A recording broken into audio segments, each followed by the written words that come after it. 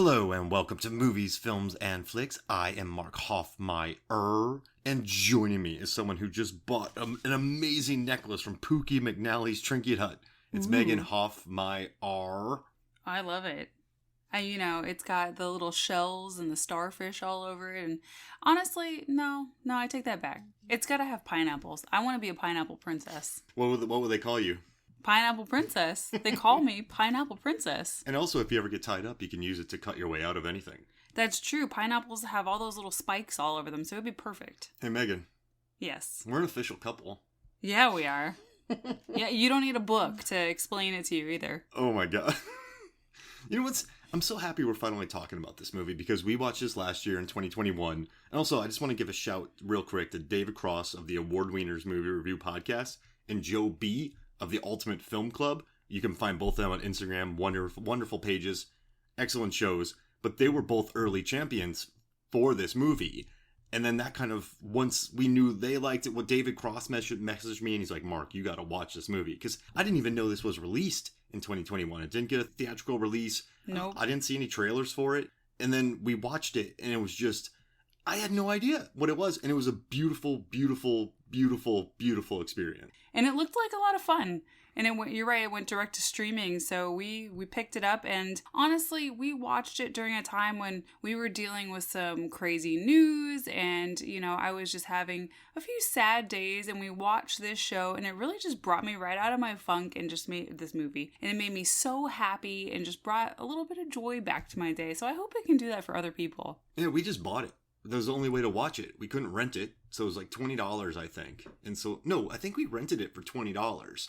And then we just bought it immediately. And there's no looking back. We were Barb and Star-ites. And we bought the soundtrack, too. We have the pretentious vinyl soundtrack. It's amazing. But this is such a good... watching this again and researching this again and listening to the commentaries and watching the documentaries and reading the interviews, I'm still amazed at how they were able to pull off the tone of Barb and Star. Because this movie could have gone many different directions. But I guess you do have Kristen Wiig and Mumolo who were nominated for an Oscar for their screenplay for Bridesmaids. But this is a movie where everyone's totally earnest. They're in on the joke. It doesn't feel overly improv-y or loose. It feels quite like a tight movie. Like they scripted this. There is some improv, but it's so weird. Yeah. And for the longest time, I thought this was an R-rated movie. And then I learned it was PG-13. Oh, that makes sense. I was like, I always just assumed it was R-rated. And so watching this, it just walks such a fine line of insanity, earnestness. Silly, very silly. Super silliness, but it also has an edge to it. And also, I was just looking through, we were just watching it real quick before we recorded, and I noticed that something interesting always happens almost every 20 minutes. So in the first 24 minutes, there's a big dance number at Vista Del Mar. And then at the 42-minute mark, which they say is the make it or break it moment for this movie, is Edgar's Prayer. Then when you get to the 60th minute, you get the montage, the Pineapple Princess montage with the slathering with sunscreen and the surfing. Yes. And then also, this movie takes place where I grew up in Florida. And this must be Earth 818, not Earth 616. It takes place there. Because she jumps a mountain on a scooter. Right. And there's mountains in the background, and they jump a cliff at the end of the movie. There are no cliffs in Florida. Yeah. And there are hot alligators. But then at the 80-minute mark, you have the hot alligators and the culottes that act like a Mary Poppins type umbrella that saves their lives. And then the 100th minute, we have Trish, Reba McEntire's Trish. mermaid. Trish is just the best. So in their story, they were telling, Barb and Star are from Soft Rock, Nebraska. And they get on an airplane and they fly to Vista Del Mar, Florida. On the way down there, all they do is talk about a woman named Trish, who's the greatest human being alive. Just a great gal. But during that story, they talk about how Trish died. So they said that she had skin cancer. Yeah, she killed herself and she hit every single rock on the way down and she formed with the ocean. So is this Trish the mermaid? Yes. It's definitely Trish. So was that She became a sea spirit and she's just amazing and magical. So were they not riffing? They were, and then it turns into something more, which is very much, I feel like, what this movie is. It's kind of a magical realism type film because they work at Jennifer's convertibles. Yep. And then inside it's gigantic. I remember Jennifer's convertibles as a store. Do you remember that? No. Back in the day when big furniture stores were a thing? You look too fancy for me. It's the type of place where you could sit down and have a cup of tea and sit on couches. You know, in the deleted scenes, Barb and Star, they lose their job there because the franchise shut down 7 months beforehand. Yeah, and they just didn't tell them. But I guess in deleted scenes, it was them on mopeds driving around and just okay. That's funny. One more, like, there's you know what I didn't want out of this episode? When Norbert and I tackled Airplane, I was really worried that episode, which I love, would just become us saying the moments we love. I love this. I love that. And so just at that moment, I almost just started naming off moments that I absolutely adore. But this movie is so chock full of them. In my notes, which they look like a madman wrote this. Like, if Nicolas Cage was in National Treasure reading these for clues, he'd be lost. Oh, but Nick Cage could figure it out. He's an expert. Well, I guess he would just know that this movie's amazing.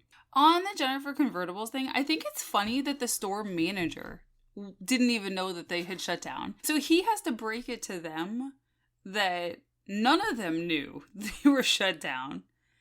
It's not just Barb and Star being clueless in that situation, so that's kind of fun. He didn't even know which one of them was working that day. They didn't know which one of them was working that day. They have their Thanksgiving dinners there. It oddly makes sense for them. Do you think the rest of Talking Club comes in for Thanksgiving dinner? No. Do you think they're friends like that? I don't know. Some of them in Talking Club are a bit judgy. Very judgy.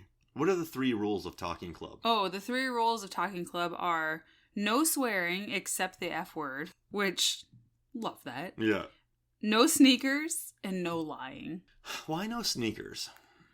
Oof, I don't know. I mean, so here's the thing. They're quite accessory fashionable. Maybe that's why they're all wearing, these matching outfits, and they've got fancy big necklaces with medallions and things, and they've got all these earrings. So they are decked out ladies.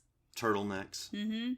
Horse saddles. What did the one have on? She had on character socks to spice up her white uniform at the pharmacy where she shakes pills along to the music.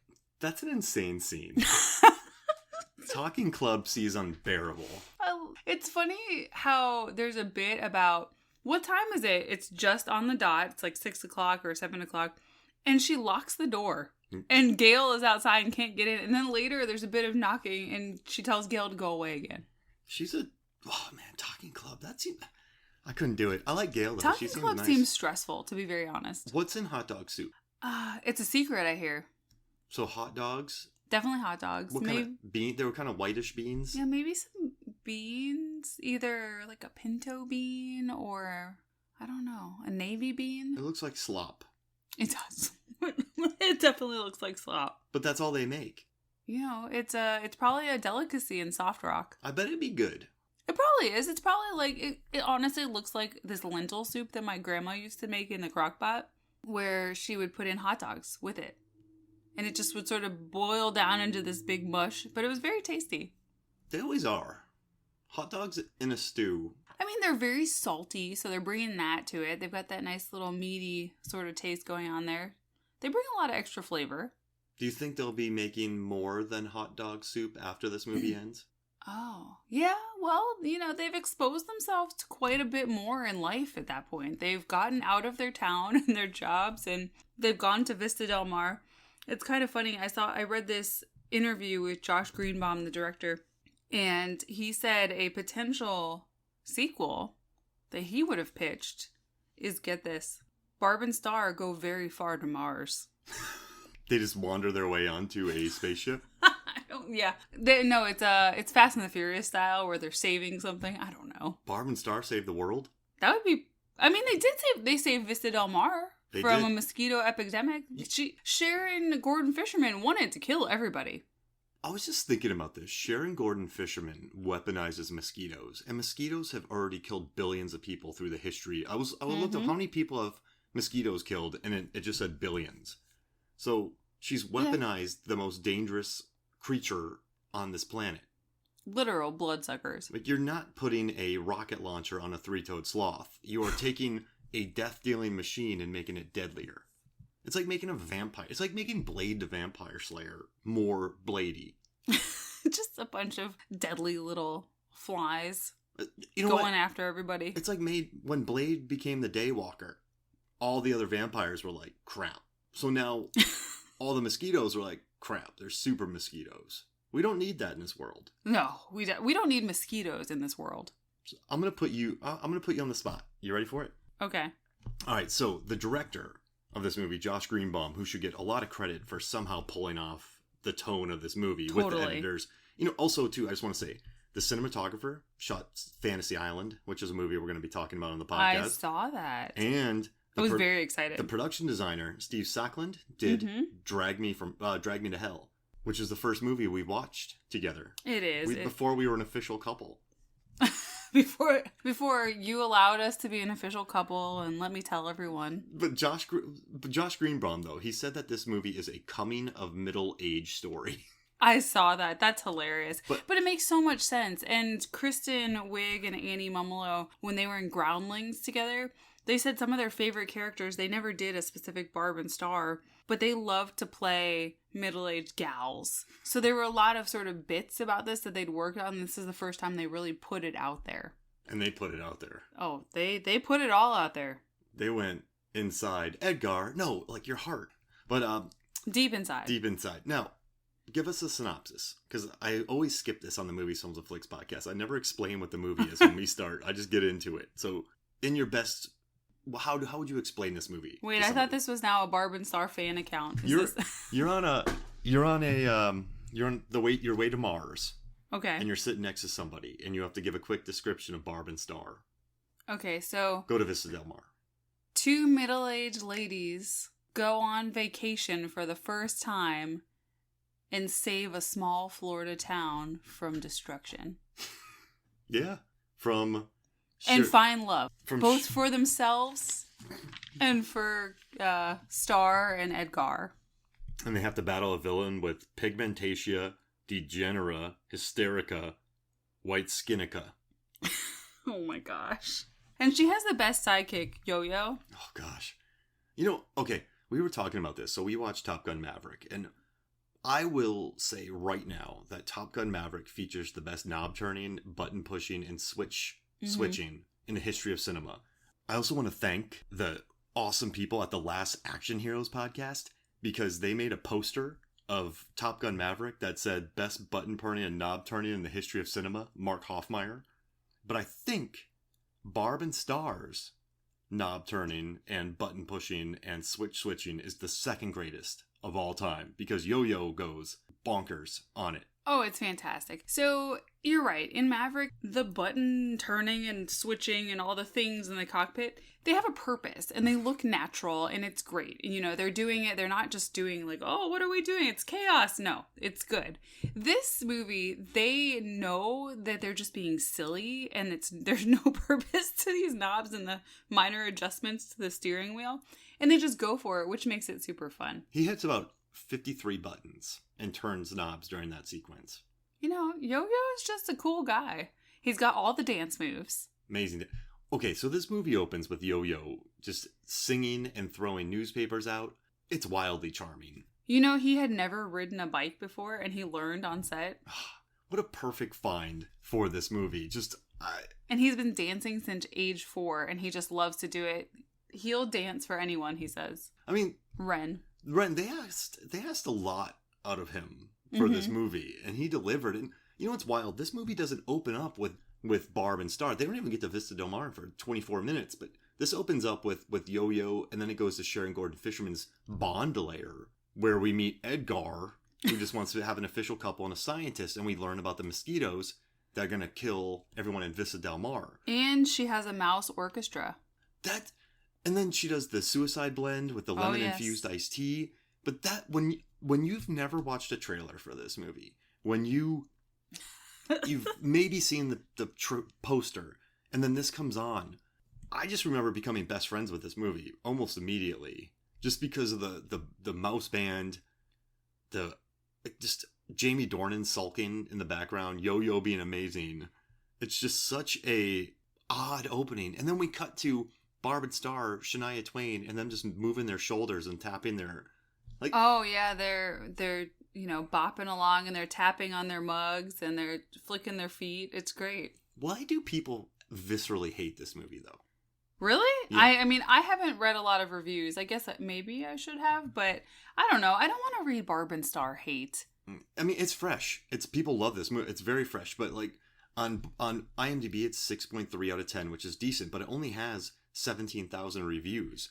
And a lot of people just say this is the worst movie I've ever seen in my life. Gag me. But So it's unapologetically silly is what it is. Josh Greenbaum wanted to make a silly movie from what he felt comedies were taking a turn towards dramedy. Like there was a lot of comedy with drama and real life things together. And he just wanted it to be silly. And I think that silly doesn't work for everybody. For me, I love silly. I love puns. I love all that kind of... This is sort of my wavelength, this movie. So it's probably just not everybody's cup of tea. and it's kind of interesting. People say when this movie gets to Edgar's Prayer, you either love it or hate it. So Yes. We loved it. The make it or break it moment. And we have talked to friends who have watched it, and they either, by that point, they're on board with the serenade that Jamie Dornan does as he runs through the beach and does pirouettes and sings at seagulls. And I've talked to people who were just really not that into it at that point. I think you and I were lucky because we sat down and just absorbed this movie when we watched it. But this could be an interesting watch on, say, just a background watch. You know, you just put this on If and you're come not in paying and out. attention. Yeah. Now that we love it, I mean, this could be on TV and we're like, oh, this bit's coming up. I'm staying to watch this scene. But I guess if you... some people just have the angriest reaction towards this movie. That makes me so sad because this movie is just joy. Yeah, it does nothing but just want to make you laugh. And also, it's got a bit of an edge to it as well. Like, there's some pretty bawdy... Oh, there's some very dark things. So I don't know if you noticed, but Sharon Gordon Fisherman in the beginning, in the opening you were talking about, she sort of unveils her plan and she's showing what she's going to do with these mosquitoes. Mind you, she wants to kill a whole town. I mean, that's not just, I want to make them sick or I want to wipe the town off and be sort of ambiguous about what happens to the people. No, she wants to murder them all. Mm-hmm. But she does this test in her little lab on a cow. And then later, the cow's skin is on her chair. I didn't notice that. Yeah. Oh. That's some dark stuff right there. And just the whole relationship, too, between Star and Edgar. Just the two of them together, some of the conversations they have. Like, they go for it in this movie. And also, like, I'm also really impressed by Barb and Star because they see, you know, they're from Soft Rock, Nebraska. One's a widow, one's a divorcee. And you kind of think that they have never experienced anything. But the more we learn about them and how Star goes to Halloween costumes with only a diaper and she wins. Essentially topless. And how Barb dresses up as Bruce Springsteen. And then they drink... Barb, Star, and Edgar drink a gallon easily of wildly heavy booze. It is the most elaborate fishbowl drink with a pirate ship and all kinds of things in it. And then they pop drugs. Yeah, it's the hidden treasure at the bottom of the drink. It's in a little treasure chest. So they're tripping out of their minds, and then they dance all night, and then they have a wild fling in their room. Like, Barb and Star got edge to them. They really do. Yeah, like... They're not prude or sort of timid ladies. I mean, I guess they're timid in the fact that they didn't really leave their comfort zone of home, but they go wild. Yeah, it's I love the little things that come in here, and they do just enough to make me love it. And just they're completely they're just completely sold on the idea of Barb and Star. They're just such weirdo. I don't know, the accents. I wish I could have been on set for this. I really do, because yeah, me too. Down in Mexico, just on the beach, would be nice. And everyone's like, "Oh, it's so hot." Like I've been on 105-degree temperature where I'm just standing on concrete, getting hit from heat from both places. I'd rather be on sand. Yeah, then we could go jump in the ocean, do some swimming with Trish. Put me on the beach. But just watching, I want to see the tone, because imagine extras seeing this movie. Just imagine anyone randomly stopping by to see the hair and the culottes, and you're just sitting there going, is this going to work? I bet you the whole time they're making this movie, they're thinking, is this going to work? Like, this is crazy. I'm sure that, you know, we watched the what's it called? The gag reel, and they cracked each other up. I'm sure they riff at some points, but Yeah, you're right. They would have to be very committed in their roles while they were. It couldn't be everyone just laughing because it wouldn't work. And that has been said about the acting in this, that they couldn't sit there and do wink wink about the lines they were saying. They had to be serious. Because otherwise you wouldn't buy it as an audience, that they were being genuine and they had all these feelings. I mean, Edgar is just an assassin. He's a really emotional guy. He just... Oh, so Jamie Dornan said about him, he's like, he's a sweetheart, and I love him. And he's just the nicest guy. He said, I love him, he's a sweetheart, he's pure, and he's childlike. That just makes me very happy. I read his wife said about him during the production of this movie, this is Jamie. These are the type of films he loves and wants to make. This sense of humor, which is so interesting because we really hadn't seen him in much like this before. No, you're right. I think that's the trap of a lot of actors like Jamie Dornan, because he was a serial killer on a show with Gillian Anderson that he's really good in. And then he did all the 50 Shades movies. And you know what I like about him? He's like, I don't regret it. He's like, I made bank. My family's set for life, and now I can do what I want. But people were like, hey, you're going to be typecasted in 50 Shades of Grey. He's like, am I going to play a billionaire who's like into like dominant BDSM? Like, no, of course not. But like, you know, Colin Farrell, right, with The Lobster. Colin Farrell in Bruges. Like, he started off as super serious, and then eventually everyone's like, oh, he's funny. I love weird films with Colin Farrell like that. Like Taylor Kitsch, I think, is funny. I think it took a long time. You know, you get these actors, and then they put them in a box, and then they eventually... If they're good enough, they break free. They let them out of the box. Yeah, if they're good enough, they break free. And I think that's what he did. I mean, he had this, Wild Mountain Thyme, which we love. Which, oh my gosh. I mean, Christopher Walken doing a wild Irish accent. Emily Blunt doing an Irish accent. I mean, Jamie Dornan does have an Northern Irish accent. So he pulled that off. But it's weird. He's a bumblebee. And then... But it is such an odd movie. John Hamm pops up. I adore it so much. Yeah, I think it's beautiful. And I think he's just really done a good job of kind of embracing another aspect and getting weird with it. But I think he's perfect. But he's such like a nice guy in this movie that I really dig. And also, you know, like Barb and Star in this movie, they don't have high school degrees. Remember, like, you didn't graduate? Oh, I didn't graduate either. Like, there's such, like, I don't understand these two, but you know, sometimes in movies when you have these characters, you know, what's really tough too is when you think about some of my favorite movies, like Airplane, right? Mm-hmm. They are so dry in that movie. So Leslie Nielsen is playing it totally straight. Mm-hmm. Then you have just everybody else in that film, Lloyd Bridges playing it totally straight. But in this movie, you have Kristen Wiig doing Midwestern accents with culottes. All the culottes. And then playing it straight. So they're doing characters who are playing it straight, which is kind of tough. Like, I think there's only been a few times I can think of, like, I think Mike Myers did a great job in Austin Powers and Dr. Evil, but he was winking at the camera a little bit. Definitely. This isn't winking. This is just really good acting. It's very, I mean, they're earnest the whole time. And in character. And you believe the feelings that they're sort of portraying. You believe that Edgar is, you know, he wants to be in an official relationship, but then he finds Star and she's open to that kind of thing. And you believe this relationship that Barb and Star have together as friends. They very deeply care about each other, to the point where there's a scene where they had snuck out and have separate dates with Edgar. And they lie to each other, but they both buy the ridiculous lies that they're telling about baby turtles that they encounter in different formats along the way. Because they have this deep connection and you buy into their care for each other. It's very interesting. And they probably never lied to each other. So then by telling these sea turtle stories, they're probably... You went to a turtle's house? And then they show the turtle in the credits later on. Oh my gosh. But it's... No, I love their relationship. And you're like... Yeah, I dig it. And I love Amy. I think in this movie too, I love Star's thing. You know, she has Edgar, but I think for Barb, for me, is the hero, because her little surfing bit where she's surfing.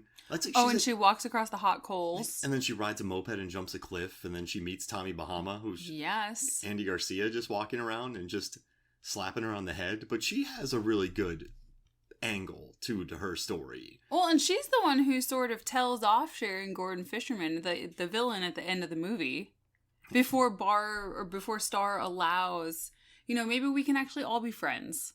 But Barb jumps to her defense and is like, no, you won't treat my friend this way. I feel like Barb could get stepped on, but if you mess with her friend Star, she'll go after you, like a tiger. Oh, tiger shark. With big hair. Oh, yeah, those wigs were something else. And okay, so one more question. So there's all these tchotchke shops all around that Barb and Star. I mean, the world, everyone on the island's about to die, and Barb and Star are looking at buying necklaces, which is amazing. But if I had a shop, though, do you want to hear my shop? Yes. So if I had to open one, it would be Mark's Shark Art and tattoos and forearm tattoos. Oh, that's a good one. So I would sell shark art, and then if you've seen Ocean's 11 or Ocean's 12 with Brad Pitt, I would do the same tattoo on everyone's right forearm if they wanted it. Oh, I like that. Mark's Shark Art and forearm tattoos. It's very you. I almost got that tattoo. After I saw Ocean's 12, I saw that shark tattoo, and I've loved sharks we did that shark fin soup, and we have a whole corner full of sharks in the room with us. And at Florida State, when we were just becoming an official couple, I hand drew a shark fin soup animated thing. So I've always been in this, and I also studied sharks and how they get coverage in the media. We got our master's. I'm media and communication studies, so I studied the sharks and how shark attacks versus shark finning. I'm going off on a tangent, but I just love sharks. So yeah, I would do that shark forearm. Oh man, what would mine be? Gosh, I feel like I'm not gonna have a clever name, but I would want something maybe like you know how we have King of Pops here in Atlanta? Yeah. Maybe like a popsicle cart. Megan's Popsicles? What? Meg's? But see here, Meg's maybe the name is lackluster, but the popsicles themselves could have fun names. Mo's Pops. Mo Pop. Mo Pop, there you go. Hey, I like Mo Pop. You can listen to a Battlefield Earth episode I did with them. Change your life. Okay. You'll learn a lot of good facts. So Mo Pops? What do you think? What kind of pops would you sell? Would you sell bald eagle egg pops? Oh, no. We'd sell, let's see, pineapple, of course. The pineapple princess ones. The Darlie Bunkle. Oh my gosh. What was he serving at the buffet? Something along those lines. He's so stupid in this movie, but I love him. Isn't he perfect? When he popped up, we were so happy. Oh, I just love him. Yeah? Damon Wayans Jr.? The best. I like his fight. Go watch Happy Endings. I like his fight in the stand. Oh, they roll around over and over. And the t-shirt is very 90s with a woman's bikini silhouette on it. Oh my gosh. And doesn't he have an umbrella hat on? He does. Wait, you would sell astronaut cheese pizza pops. Oh yeah, can we talk about what Barb and Star pack in their suitcases to go to Vista Del Mar? Yeah, of course. Okay, so this is an insane scene, by the way, in which they pack. It starts out okay. There's some culottes. There's tangerine pants. There's fringy shorts. There's sandals. But then it goes off the rails. They put a speedy fire-starting log in one of them. Oh, yeah, speedy flame. I like that there's this, she says pizza, but when she goes to pack the pizza, it's space pizza, like the freeze-dried astronaut stuff that you get at the Space Center. Yeah. It's ridiculous. But then later, one of them packs a trowel and says it's for the pizza. But you would never serve freeze-dried pizza with a pizza cutter of any kind because it's in hard bits. I call that a packing fury. And you've seen me in that many times. Yeah. Yeah, I was going to ask you, what ridiculous things would you pack? Just what I bring for that they brought? Yeah, along the lines of their crazy packing. Well, I bring my Deep Blue Sea DVD. Okay. Right? I would take, let's see. Okay, so that's pretty crazy. I would take a lawn gnome. I would take my Steve Zissou lawn gnome. Makes sense. Let's see. I would take candy cane Mentos. Uh-huh. Just because they're delicious. I would take, let's see, a mini Weber grill, just in case. Because you can put stuff inside the mini Weber grill. That's true. You can pack it. It's like, you can pack it, but then put stuff in it. Just in case you want to barbecue. Mm-hmm. Right? And then last but not least... What would be your art from home? My art from home? Yeah, because Barb has to... She says you have to bring some art from home. And hers is like a little doghouse black. Oh, I would take my Life Aquatic scene. So I have a scene from Life Aquatic. Mm-hmm. I would take that.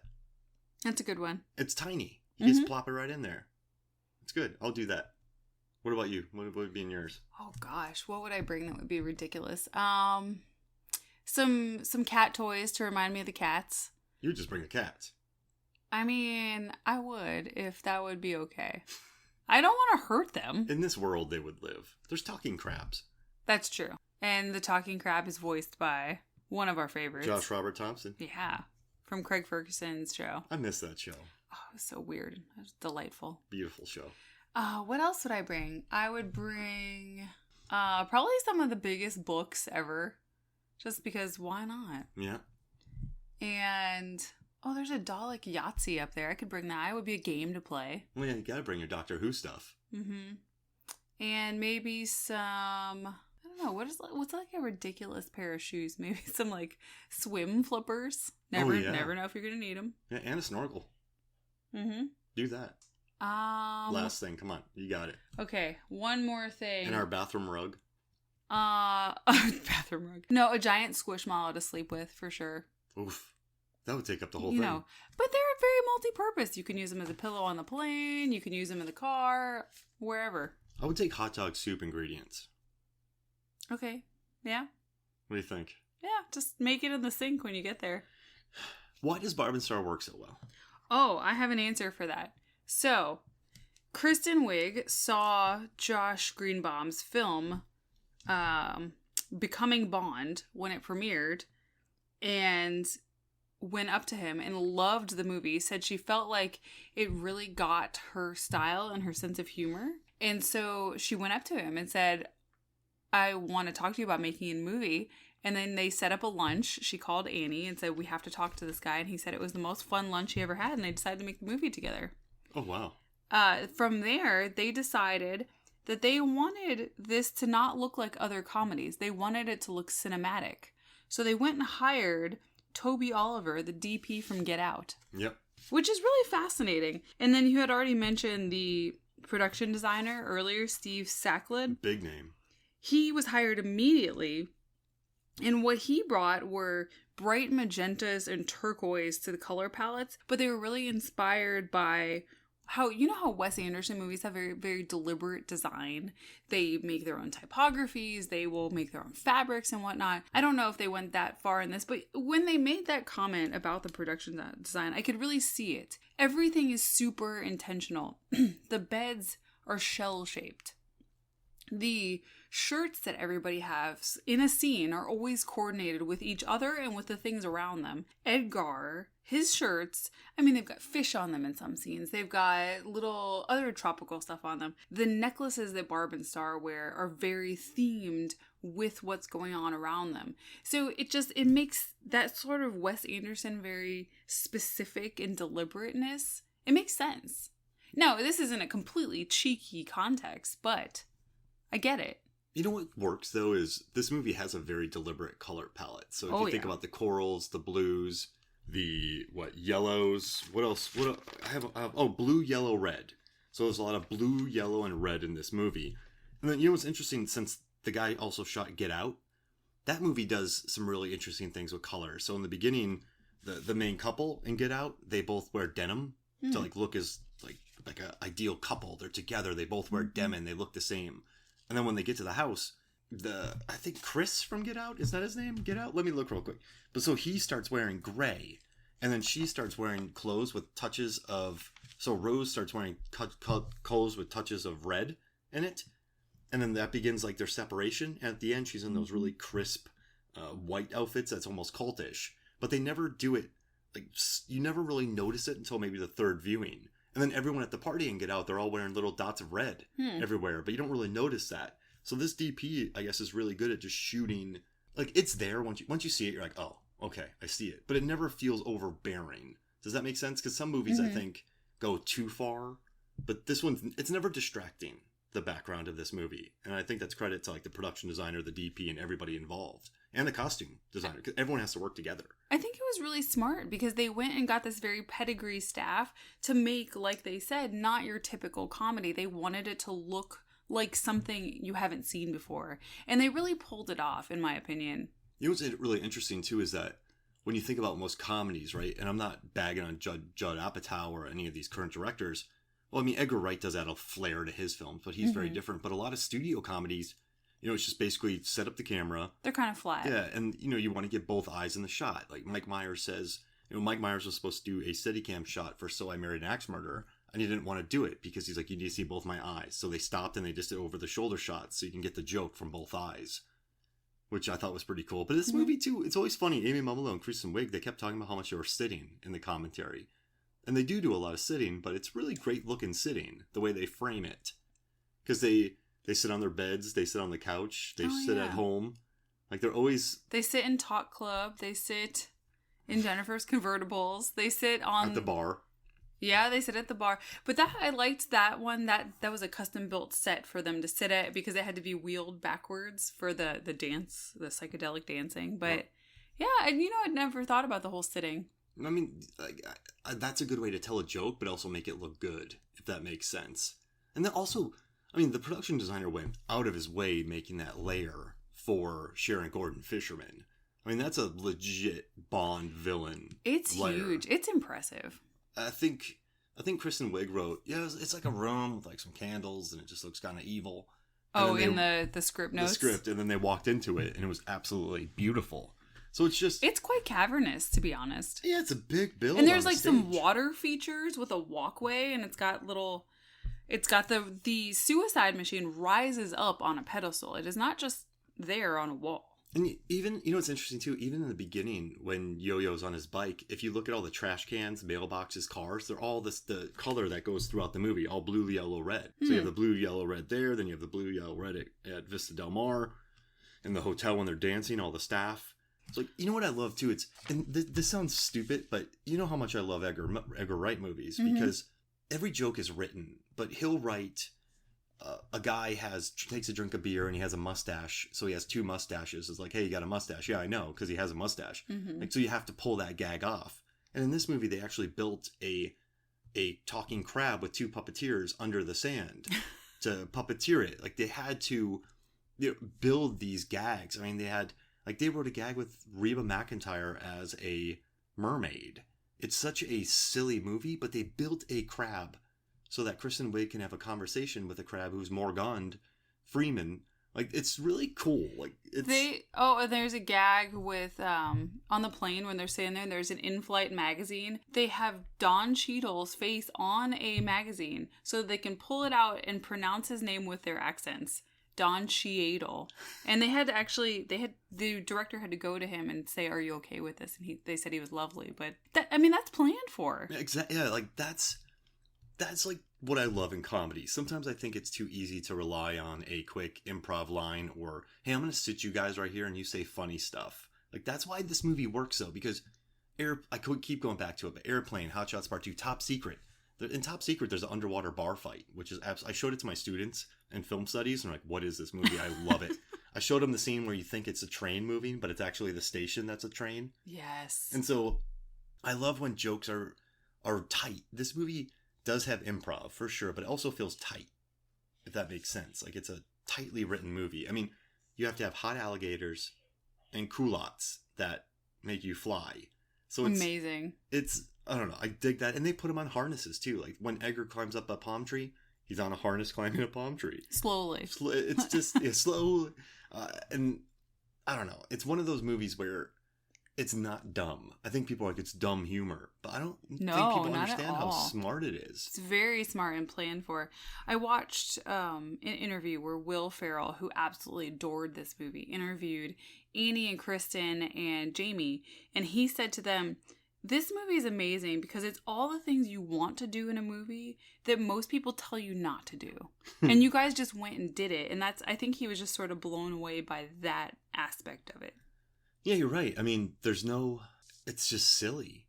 And you know what's interesting? Barb and Star never pandered down to. You watch some of these movies about the Midwest, and it just feels like there's almost disdain for the characters. Like, we're making fun of these people. But Barb and Star are these types of creations that nothing's being made fun of them. They are three-dimensional maniacs. And so... You can tell that Annie and Kristen love their characters. Yeah. And so this isn't a mean, slice of life, Midwesterners are dumb thing. This is just a silly movie that's also really smart, written by two Oscar-nominated performers who are huge. And they're hilarious. So I heard that there were other guests staying at the hotel during the time that this was being filmed. Can you imagine what their reactions? So you walk out of your room and you see these crazy sets. What are you thinking? And these people with these accents, Midwestern, and just being, you're going, is this real? Is this what? They probably were annoyed by it. Because imagine paying for a vacation and you have a film crew. Hey, you're in the frame. When you're paying to go to a resort in Mexico, you don't want to be told not to walk because they're filming a scene. True. Or, we can't go into the bar because it's closed because we're filming. I would riot. They said that the dance scene, the Welcome to Vista Del Mar, 100 dancers. That's amazing. It was an old style, and that wasn't even planned for. That was, I guess Josh got carried away once they started the song. He wanted it to be an old school style, like, throwback to the days of big musicals, and he sort of made it bigger and grander than ever planned. So between In the Heights and this, we had 2 awesome dance numbers near water or in water. That's true. Yeah, the pool dance scene. I love that. Like, and just the way they go for it, and then they're supposed to be at the motel instead of the hotel. But actually, I was just thinking about this with hotels. I've shot in a few movies in hotels, and one time when I was very early in my career, I got one of the worst jobs where I had to watch a bank of 6 elevators. Oof. And when everyone comes off elevators, they're talking really loud. So you got to catch an elevator, be like, wait, we're filming. And they're like, what? And you're like, no, we're filming. Like, quiet, quiet, quiet, quiet. And then another one opens. You have to run over there. That was a nightmare. Oof. I think I needed some cheap blended scotch at the end of that one. And then I did another one where we had to watch like 50 floors. So we had to have 100 people on each side watching those things. And I was also dressed up like a peacekeeper. Was that at the Marriott? Yeah. So I was dressed up in a really hot character, wearing a cloak so no one could take pictures. And I was running up and down checking on baby PAs while guests were annoyed because when you leave a hotel, you're kind of in a hurry. You're not going to sit there and wait while people rappel from the ceiling. So that was... Shooting a hotel stinks. I'm just going to say it. But this was also during COVID. So how many people were really at the hotel? Yeah, you're right. It could have been the crew and a lot of extras. Mm-hmm. So that wouldn't have been that bad. That way you just take it over. If you take over a hotel, beautiful. But yeah, if you have to deal with actual hotel customers, barf. I'm just saying. Barf. Okay, also too, there's a scene where they're at Talk Club where they're just randomly talking and the woman says, I like looking at wicker, not sitting on it. That makes sense to me. You like looking at it? Well, have you ever sat on a wicker chair? Most of them have pads. Like just a wicker, like without a pad? Yeah. Well, who does that? I mean, apparently you don't, because why would you if you could have a pad? Have you... I'm messing... Like, was it Adirondack? But those aren't wicker. No, those are wood. Or plastic. When's the last time we sat on wicker chairs? We had a full wicker set in my porch growing up, so... I can't think of the last time I sat on wicker. We'll go find some. I watched The Wicker Man with Nicolas Cage. Well, we're in Georgia, and it's not very popular. I don't think wicker... It's not super sustainable, so... We've got the wicker look nowadays, but it's made of other materials. Plastic. Mm-hmm. Or recycled. Bald eagle skin. Yes, yeah. Endangered animals. That's my least favorite joke of the movie. That's not funny to me. They're not that evil or dumb, Barb and Star. Like, oh, I'll take the bald eagle eggs. Like, that's not... But it is another world. This is a movie where mountains are in Florida. This is true. This is an alien race. You don't think so? No, yeah. I mean, it's very possible because that is not Florida, as hard as they're trying to sell it. Although, I mean, that's kind of part of the gag, too. It's clearly not Florida. Unless maybe you've never been to Florida and you don't know what Florida looks like, but we're from there and we can tell you it's not. It's where they filmed is exactly where I grew up as a kid. Well, where it's set. Yeah, where it's set. So I went to Hudson Elementary, Hudson Middle, Hudson High, and it's really just sort of country out there. There is a beach and there is wealth by the water. But I would say the best resorts, you would have to go south to like the Don Cesar in St. Pete or Sarasota or Naples. Naples feels correct for this movie. Yeah, there's a Ritz in Naples. Yeah, so Naples feels right. And there's also very hot parking lots. Or like Marco or somewhere that's very, islandy. Have you ever played solitaire in an empty pool? Yes. Last weekend. Where was I? Sleeping. Wait, when? Is this in the middle? I get up before you. I get up at like 5:30. When do you... What? We emptied the community pool. You and the cats? Yeah, no, me and the neighbors. The neighbors? Yeah. How'd you empty it? We drained it. Leave you alone. I sleep really... Yeah, you're out. You're a deep sleeper. And you left a little tape. You left a pillow, like Star did. No, like Yeah, Barb and I did. drew a face on it. That scene where she walks in and Barb is just flicking on the lights, and then she's just totally fine. You put a pillow there, and I laughed because I thought it was funny, but then I wasn't sure. What are your 5 favorite moments in this movie? Okay, 5. 1, 2, 3, 4. I'll have to come up with an extra one. Tell me. I only put 4 on my list. Tell me your 5. Okay, the rope escape scene. I really adore it. Oh, when they're tied to the chairs? Edgar gets so lost in telling you his backstory that Barb and Star are trying to get out of their ropes that are binding them, and they're using their starfish best friend bracelets.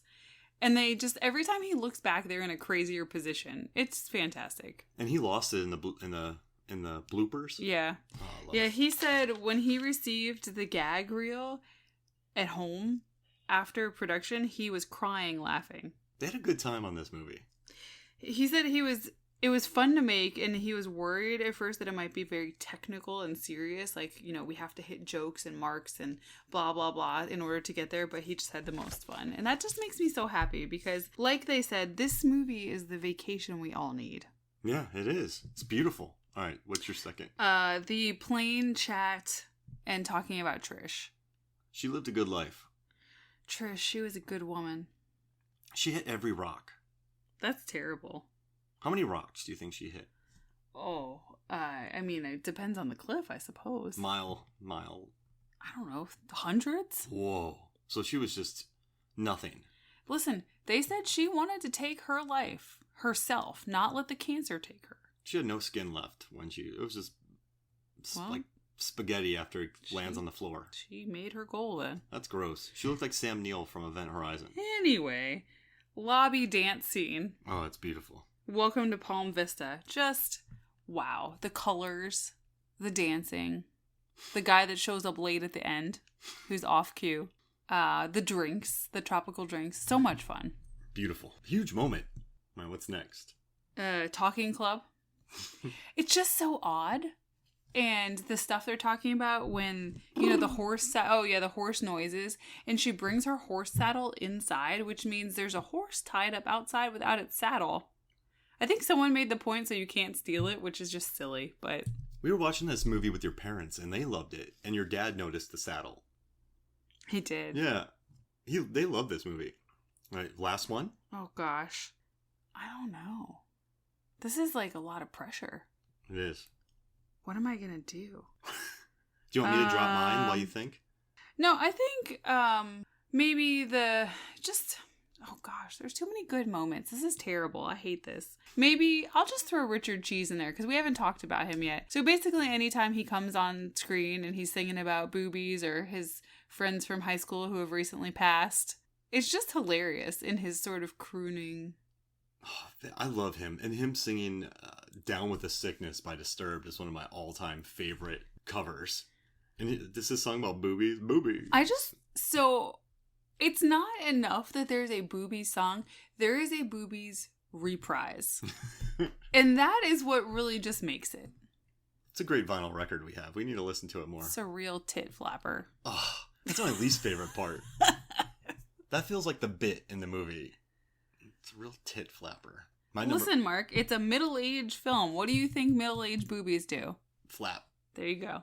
Jeez Louise. All right, number 5. I love when they go into the motel. Oh. And the guy goes, no towels. And they're like, we would like towels. He's like, okay, well, no pillows. No pillowcases. Like, he's not trying to give them anything. And there's a picture, a framed piece of art of a shark that has bitten off someone's leg. And there's blood in the water behind them. It's insane. It is insane. All right, so this one's going to be a little bawdy. But there's a line in this movie where Star and Edgar are talking. And she's like, there was a moment when your dong was so high. But it's so, you don't expect that in this movie. When she just says that. And she delivers it so genuinely.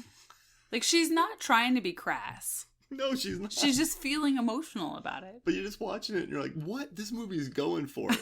And it's absolutely beautiful. All right, so number 3, I would say Darlie Bunkle's fight with Edgar in the sand. Yes. Because they're just rolling. They idiots. just roll over and over, which honestly, I hate sand, and that seems terrible to me. It's everywhere. Okay, so I have 2 left. This is big. It is. This is tough. Oh, you know what it is? I'm going to say when Barb sneaks out of the window really goofily and then gets on the raft. Yes. She gets on the raft and then she pulls herself along and just lays there. She has like little swim hands. Kristen Wiig said that the crew was laughing so hard during that scene and she wanted to look so badly, but she couldn't because she had to stay in character. Mm-hmm. But that's my number 2. My number 1's the jet ski action scene because you know how much I love jets. That was always the number 1. But there's a jet ski action scene where Barb and Star are being chased by deadly mosquitoes on a jet ski. And then they see their life flash before their eyes. And then they're talking underwater with bubbles. Yeah. Communicating with each other. But you know what I like too is they're actually on the ocean, and Barb was actually cruising on that jet ski. Oh yeah. And then Sharon Gordon Fisherman shoots herself from a cannon, perfectly lands on them, and then she gets bit by the mosquitoes. Mm. But she's taken the antidote. And she just has red dots, and then she becomes friends with everyone. Exactly. And then Yo-Yo shows up, and they All party. she wanted was friends because her best friend as a little girl got eaten by an alligator. It's terrible. That's really dark. They're on a swamp walk, like Tommy Bahama. I'm gonna go finish my swamp walk. What's your other moment? That's it. Oh, that was it? And then I love when he squeezes Barb's face, Tommy Bahama. He's like, and then he smacks her on the head. Yeah. And then she has armpit hair all of a sudden. I liked in the commentary when Kristen watched Annie get bopped in the face, and she goes, "That was a real smack." And Annie goes, "Yeah, it was." Listen, Andy Garcia sells. Yeah, he does. You don't mess with him. He's not. He's in character's method. Is there anything else you want to cover before we get out of here? Oh yes. So something fun that I found out in the Will Ferrell interview was that I guess during the production Barb and Star or Annie and Kristen would randomly drop bits of backstory that wouldn't make it into the movie, like stuff that they had thought up. And it was just too crazy for the movie or too weird. And this was one of Jamie's favorite parts of making it. They would just tell little bits about their backstories as characters. So do you want to know how Barb and Star met? How? They met in the shower at the Y and they were chatting a lot. That sounds about right. That's how Barb and Star met. That sounds about right. I just love that little tidbit. And poor Ron Quicksilver. Yeah. Didn't they say he was special? He was so manly that they said that there was something chemically off about him. Oh gosh. But like this is a weird movie with mermaids. Mm-hmm. Barb jumps a quarter mile. Multiple dance scenes. Talking and mice, musical numbers. Killer mosquitoes. Oh, the mice. What world do they live in? Not this one. You know, You're right. Magical realism for sure. Sharon Gordon Fisherman survives a probably 2-mile long cannon shot into a Disney cruise pool. Well, wasn't it dialed back to baby or something? No, because they went probably kill you, and then they shot her. Put it all the way up. I like the speeds on the cannon. Oh, baby. And then Shrimp Queen, which is only in the middle. I couldn't go to that festival. I'd die. Seafood Jam? Yeah. You know, that I actually meant to bring that up. That is a very Florida thing to have a seafood festival. I mean, what's the huge one that everyone goes to? There's one on the East Coast that my parents go to every year. Yeah, and they get oysters. Fried oysters. Or fried shrimp. I can eat oysters. They're delicious. I just can't do shellfish. Mm-hmm. Or sardine. No, or anchovies. Jeez Louise. I mean, that's no loss. I mean, maybe on my Caesar sometimes. Or your pizza. Would you watch Barb and Star Go to Mars? Yes. Mars? Barb and Star Go to Mars. Oh. No, wait, it wasn't that. It was Barb and Star Go very far to Mars. I need it. You know, I have no problem saying it like that, but when people want me to say Emily in Paris, I'm like, I can't do it. It's just Emily in Paris. Does that make sense? Yes. Emily in Paris. But I like Emily in Paris. Emily in Paris. What accent is that? How would Emily do in the Barb and Star world? I think she'd be totally into them. They've got crazy accessories. Emily loves fashion. They need a crossover. That would be insane. And then they go back in time to the Bridgerton world. Oh, gosh. That's too much. Barb and Star in the Shonda Rhimes show. There would be a lot of walking and talking. How would Barb and Star do in Ozark? They'd probably become the criminal overlords. They'd kill people. I think Barb would kill somebody. Yeah, probably. Barb is... For each other. Yeah. Not for cruelty. Star would do it too. Oh, for sure. She gets real tough. I'm worried. They'd be bad. Ruth would love them. What about in Euphoria? What is happening? They'd be parents. Oh, gosh. In Euphoria? I just really can't picture them in Euphoria. It's too something. You got lost there. I like the look on your face. I get very disturbed by Euphoria. Well, thank you this is good. I'm so happy this is a perfect movie. We have been talking about covering this for forever. And we finally did it. We've been kind of busy. Pleased. This is perfect. What's next? Either Ghost Ship or Hurricane Heist or Ghost Ship, because you love that movie. There's certain parts of it. All right. And also John Pogue, who wrote that movie, also directed Deep Blue Sea 3. And you can hear our interview with him on Deep Blue Sea, the podcast. We interviewed him twice. He liked us so much. Mm-hmm. He said I ask him weird questions. That sounds like you. Nothing wrong with that. All right. Well, this is fun. Thank you for joining me. Anytime. Let's talk about Barb and Star. We're going to take over the podcast and it's going to be all Barb and Star themed. The Barb and Star Minute. Yes. Oh my gosh. 111 episodes. What do you think? I am into it. All right. So for me, Mark Hoffmeyer. And for Megan Hoffmeyer, this is Movies, Films, and Flicks. And we'll see you next week.